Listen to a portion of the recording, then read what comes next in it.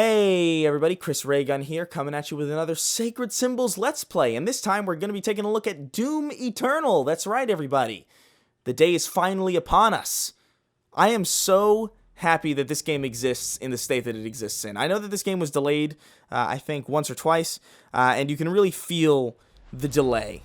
And that's not a bad thing. That's usually a negative connotation for that sentence. You can feel the delay. But you can actually feel like the extra time that went into it. This game is impeccably designed, super polished. The presentation is amazing. Everything about this game complements every other part of it. And it's just a really outstanding feat of design, which is wild because, like, when the original Doom came out, not the original Doom, but like Doom 2016, I really did think it was going to be a soulless cash grab. I really thought it was going to be like, oh, here's Bethesda taking a long-dead franchise and milking it for all it's worth with nothing new to offer, but I was proven so wrong, and I'm so glad that that game got me in the good graces of this franchise again, because I was so right this time. I love Doom Eternal far more than I loved Doom 2016, and that is saying a lot, because if anybody listens to the show, they know that I have quite an affinity for Doom 2016. Now, I've already beaten the game here on Ultraviolence. It was a pain in the ass, very, very challenging game.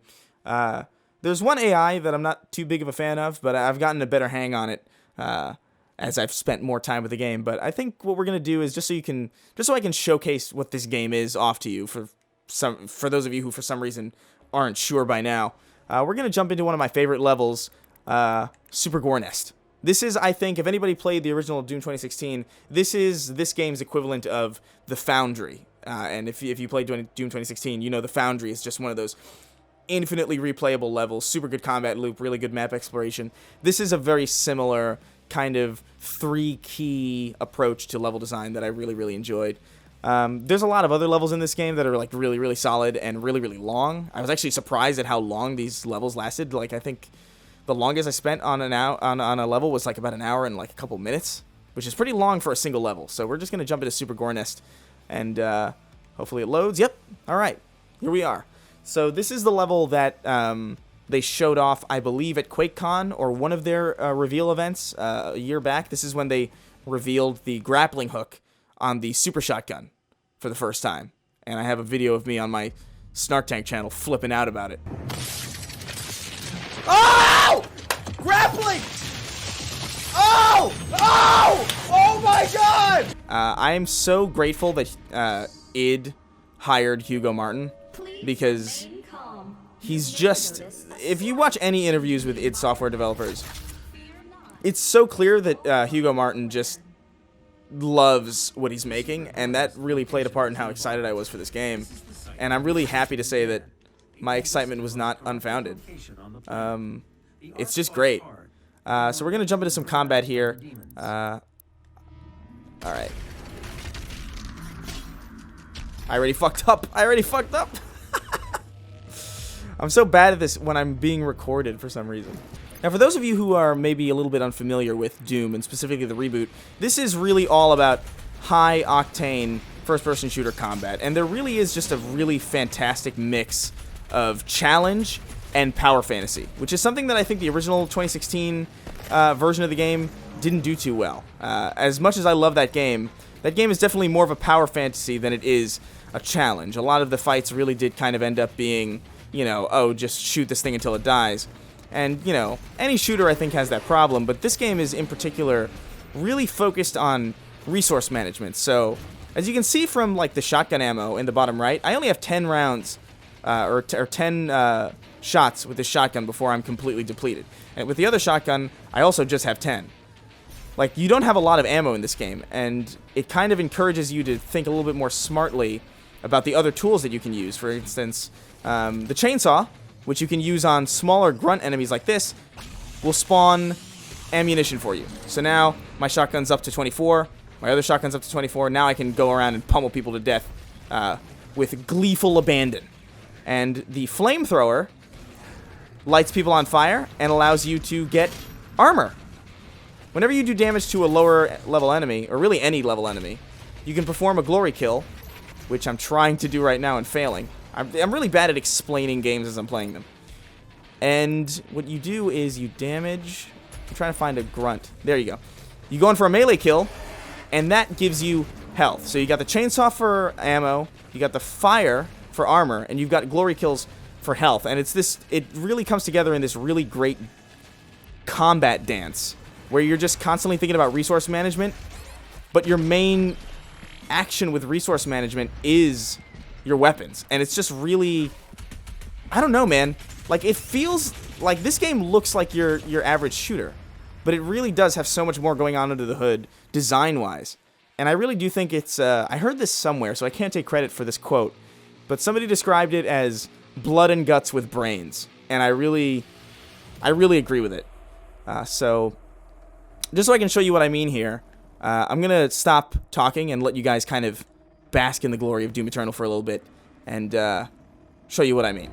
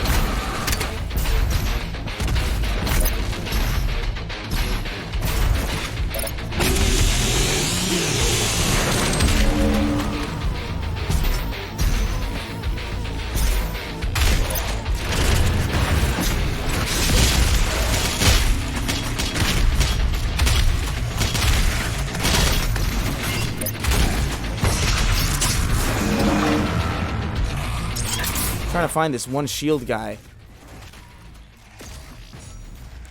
One thing I like a lot about this particular Doom over the original 2016 version is that a lot of the enemies aren't necessarily purely bullet sponges anymore. A lot of them have, you know, weak points that you can hit for massive damage. A lot of them have their own little strategies that go along with defeating them. And it's something that was a little bit missing from Doom 2016, as much as I adore that game. It really was more about just pumping as much lead into your enemies as possible. Whereas this one is really more about targeting weak points. You saw earlier that I blew the rocket launcher off of the Revenant. You could destroy the arms of the Mancubus. When the spider, like Arachnotron-looking dudes come out, you can blow their turret up, and it changes the way they fight, and it changes the way that you have to encounter these enemies. Ooh. Fucked up there. And I think I've got enough glory kills done that I could probably build up into a blood punch. Yep. Ooh.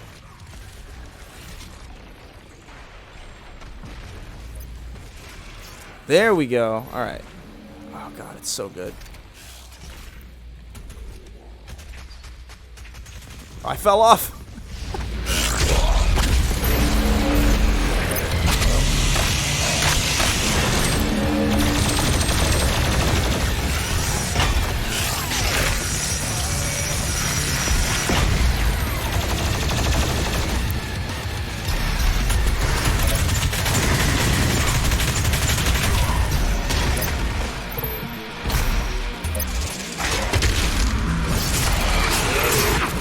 The glory kills are so good.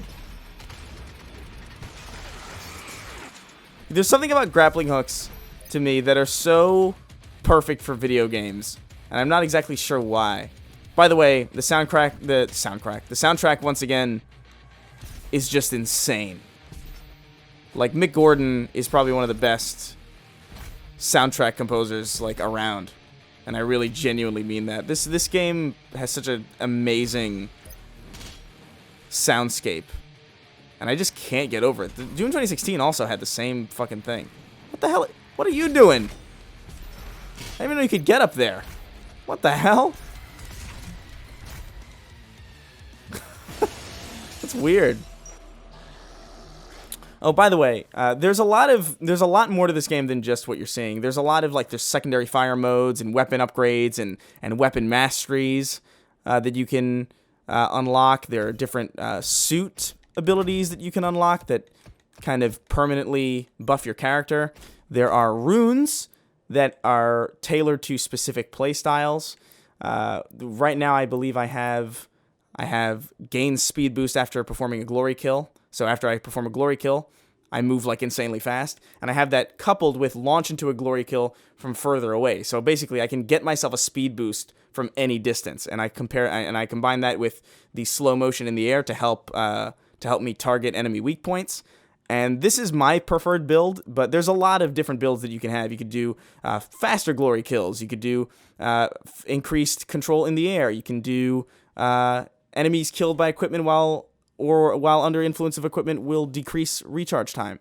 There's a bunch of different ways that you can tailor your Doom Slayer. And it's honestly probably one of my favorite aspects of this game is just building a build and, just killing demons with it. It's really sick. I didn't really use the frag grenade at all, but maybe some other players will.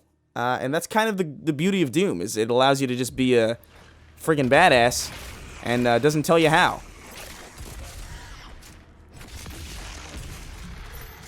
There we go. Let's see. Now here, I wanted to do this level specifically because it showcases pretty much most of what the game has to offer. It's that one level, just like the Foundry, where this has some platforming elements. And a lot of people might not be a big fan of the platforming, but I know I've seen that in a couple reviews. The platforming feels a little weird. I actually really like the platforming. I don't know if that's just me. I find a lot of complaints like that I never really agree with them. I really enjoyed the skyhook mechanics in BioShock Infinite, and I know that a lot of people were like, oh, they didn't do that, they weren't too good, and I was like, I don't know, I'm always a fan of mobility, so anything that lets me just sort of move around and be fucking cool, I'm all about it. So that is a point of contention with a lot of people. A lot of people do not like the platforming elements of Doom Eternal, which is totally fair. It's just not a criticism that I personally have of Doom Eternal. The one criticism I have of Doom Eternal are a specific enemy AI type that I don't believe has appeared yet in this playthrough of the game. Up until this level, I think you still haven't seen one of them. But they're Marauders, and they're basically they were hyped up a little bit before Doom Eternal released, and actually quite some years before. And they're just too strong. I'm getting better at dealing with them, but they're kind of a pain in the ass. I'm not gonna lie. And obviously, there's a bunch of secrets that you can find. Here's one secret down in that tunnel. Let's actually see if we can get there. There's a secret down there. So where would that be? By the way, I only have this map unlocked because I've beaten the game, and also I chose the exploration unlocks. So that is where the hell? How do you get there? How does one get there?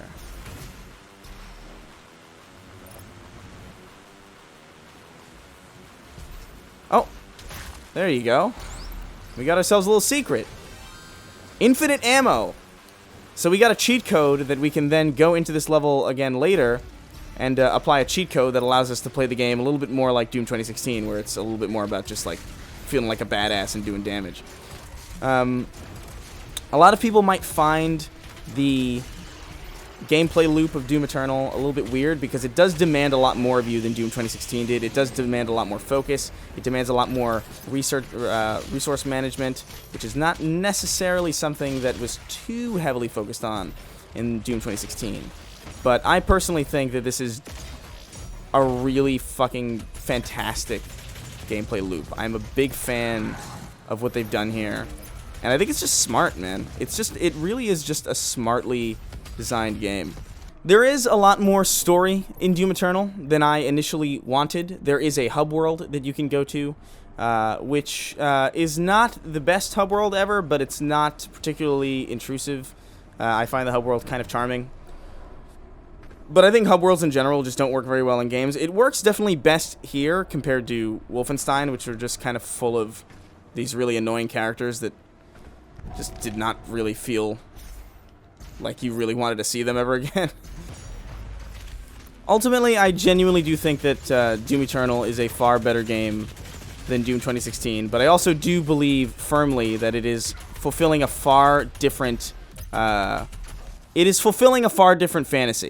I believe that Doom Eternal satisfies a power fantasy through earning the power fantasy, whereas Doom 2016, I kind of believe was a little bit more about giving you the power fantasy right off the bat. Like Doom Eternal, Doom 2016, God, it's so hard. I wish they just named this Doom and Doom 2. But Doom 2016 was definitely more of a power fantasy, like without any need to really get that good at it. You could definitely employ skill in Doom 2016 and make the game look really cool. But this game really does make you play the way that Doom is supposed to be played. It really doesn't let you get away with just using the same weapon for everything. You really do have to switch it up really, really often. And I'm a big, big fan of that.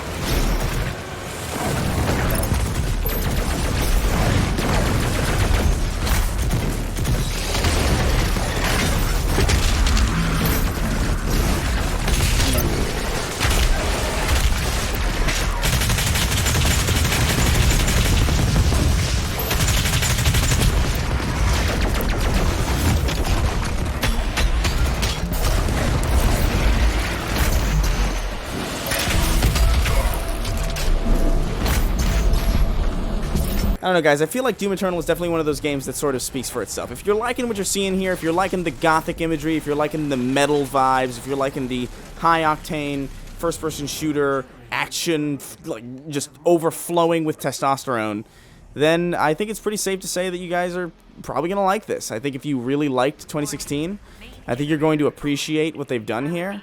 And I really do think they did a phenomenal job with this. This is so much better than I think anyone else could have made it. I don't think any team can make an FPS this good. The combat loop is refined. The gameplay is swift and smooth. It feels visceral. The soundscape is incredible. I really do think this is a masterclass of FPS design. Even the platforming, which a lot of people have taken issue with, I really like. I don't know, man. This might be my favorite. This might be. If this isn't my favorite first-person shooter this year, I will be shocked by that. That will actually shock me to my core. I can't imagine making an FPS to follow Doom Eternal, and that is the highest praise that I can give to anyone. And that's it for me today, guys. That was Doom Eternal. I'm Chris Raygun, and thanks for watching.